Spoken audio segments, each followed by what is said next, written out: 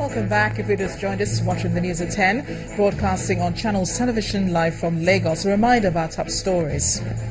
Fuel scarcity worsens nationwide. A price hike ranges between 170 and 300 naira per litre. The All Progressives Congress founding member Chief Olusegun Osoba returns to the party. Civil servants in Delta State protest alleged non-inclusion in promotion examination. And 2 people are killed as a train derails in Philadelphia, the United States.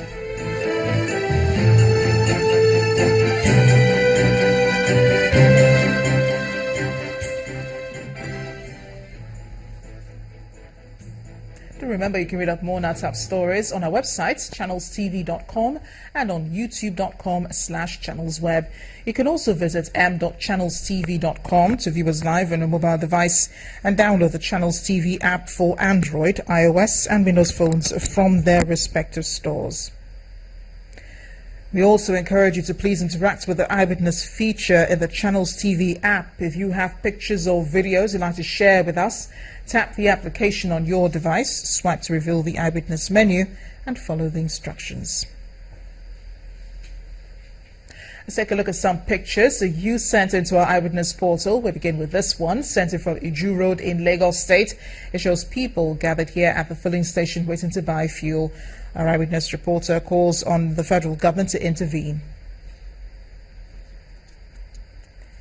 Our next photo is also from another filling station on the Asaba-Benin highway. Our reporter says the situation there is getting worse. We have a next picture from Ibadan in Oyo State. Our Eyewitness reporter claims a building belonging to a pensioner was illegally demolished on this location. He's calling on the Oyo State government to investigate what led to this incident.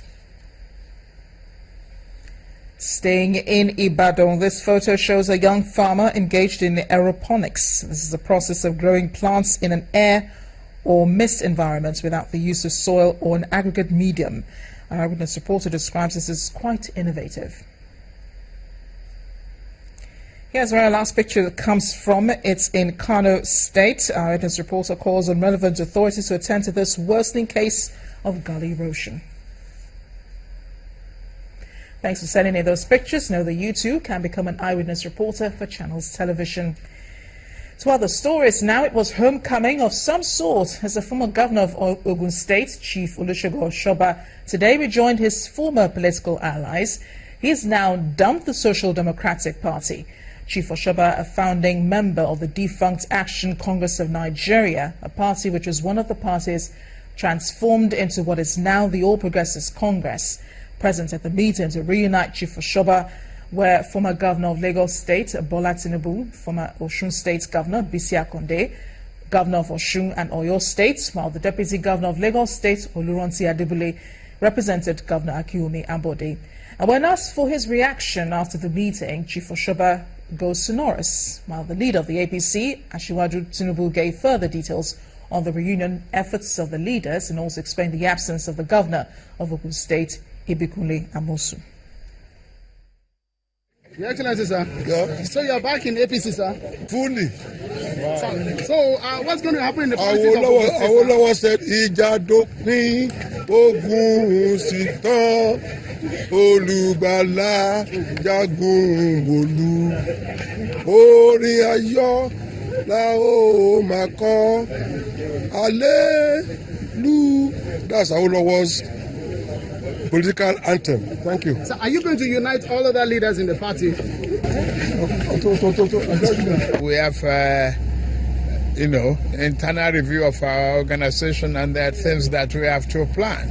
And as part of it that you are seeing here now, we can excuse people. Governor of Ogun State is elected on the platform of APC. He remains APC and is for APC. And we can vouch for them. This is not a leaderless revolution. You understand?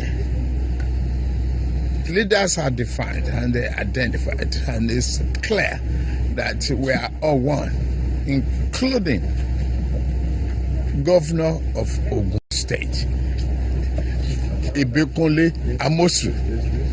We want a strengthened family of the progressives.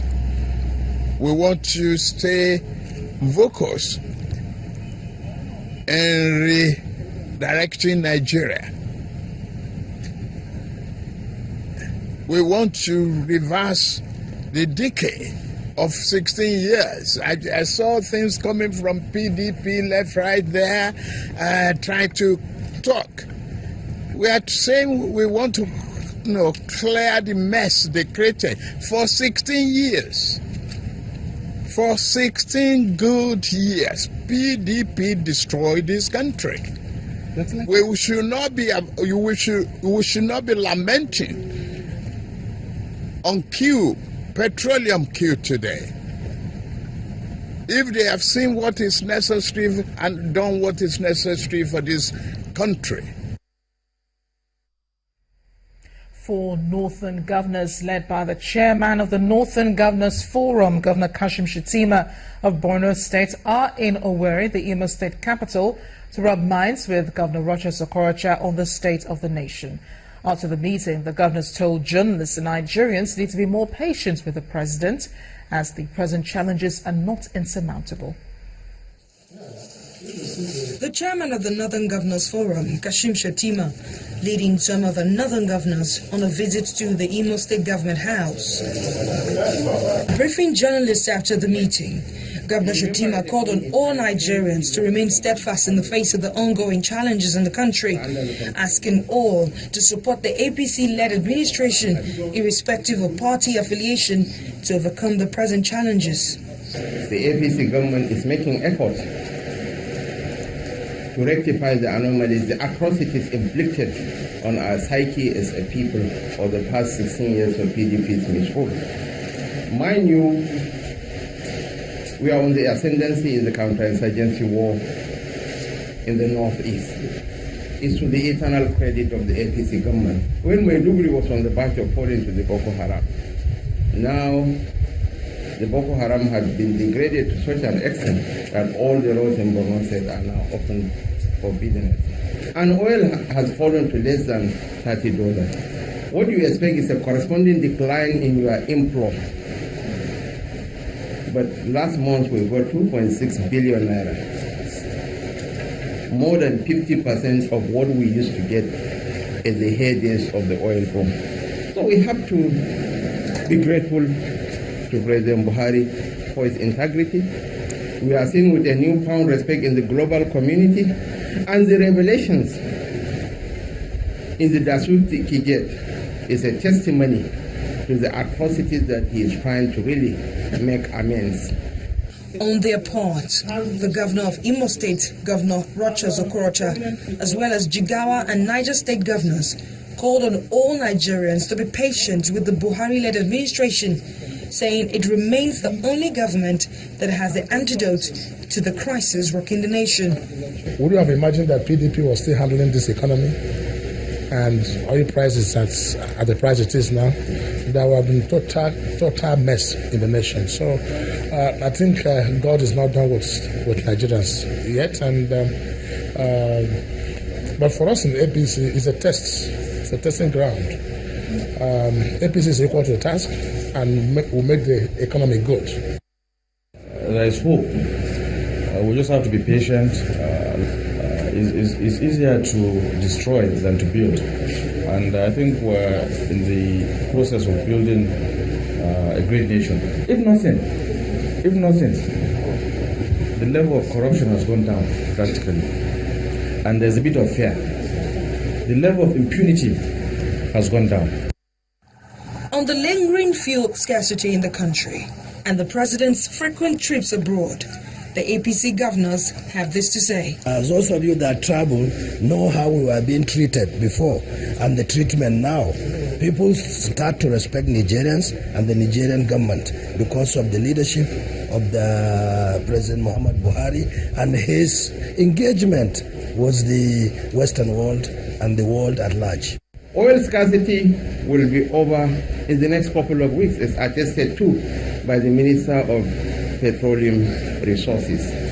These are hiccups which are inevitable in our process of really regaining our nationhood. On the issue of fuel scarcity being over in the coming weeks, fingers crossed, as Nigerians will be looking out for the fulfillment of these consoling words. The United Nations says it is prepared to alleviate the humanitarian crisis in the northeast. The international body has announced plans to relocate its humanitarian coordination center to Maiduguri to achieve more effective response to the challenges created by Boko Haram's insurgency in the northeast of Nigeria. After a humanitarian situation assessment visit to Borno State, UN resident and humanitarian coordinator Ms. Fatma Samura said the move would enable the organization have direct access to affected areas. She noted that relocating the coordination center from Abuja to Maiduguri had become necessary considering the condition at the internally displaced persons camps and communities hosting them. In her words, "I have decided that the center of coordination be moved from Abuja to Maiduguri, and UN senior staff will be deployed accordingly. In the weeks to come, seasoned and top-notch staff will be deployed to really cater for the needs of the IDPs and the host communities. This is in order to scale up support and enhance coordination of our humanitarian response in the light of the significant challenge that the crisis presents."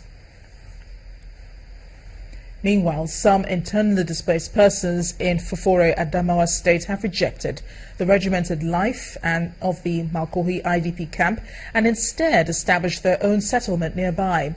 Originally from Gwoza in Borno State, the settlers have been fending for themselves and their families through subsistence agriculture and cottage industries. Our community report tonight looks at the life of the Malkohi settlement and the challenges they contend with.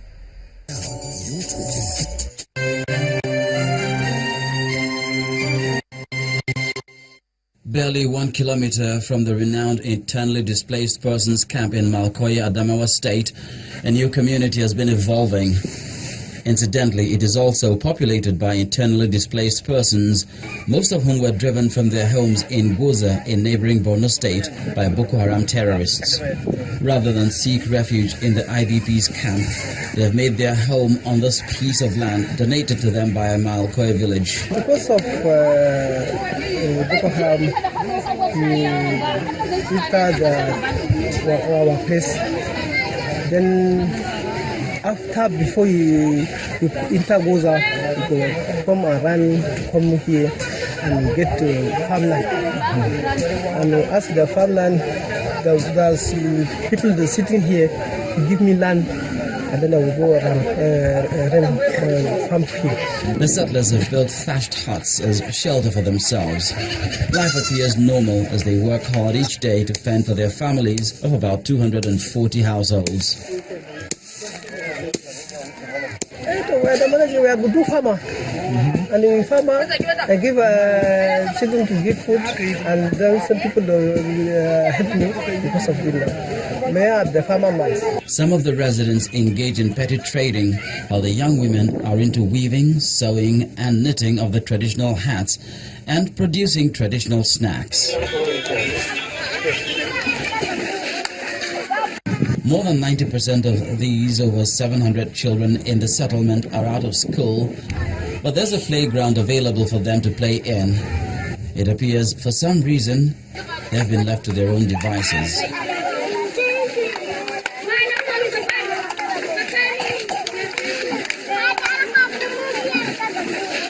These three people, Oxfam and Red Cross, and these people, they bring food before, but now they do stop them. They never reach 2 months. If they bring Oxfam 1 sack of rice and 1 sack of maize with small beans, no big sack. Now that's 6 dish on. We are under Gwoza local government, Borno State. I have never seen any army of the Gwoza come here. No, and any army never come here now. Never give me something. Never seen that. We know that for people who are in a settlement like that, or a large number of people like that, they may need some social infrastructure, schools, hospitals, water points, and the rest. But you see, because we are not sure as to whether their settlement is a permanent one or a temporary one, because we are not sure as to what the intention of Borno State government is towards these people, we would not hurriedly go and start building structures in those places.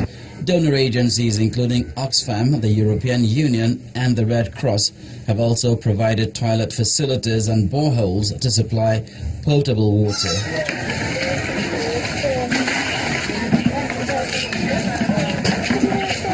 There are no health facilities and no official security in this settlement. But police, they just stay, we are not able to. The police for this camp to here, camp village. They will control for this area for here. Whatever the challenges, the residents appear to be comfortable here. Displaced by insurgents from their homes in Gwoza, Borno State, this group of IDPs has found a home away from home.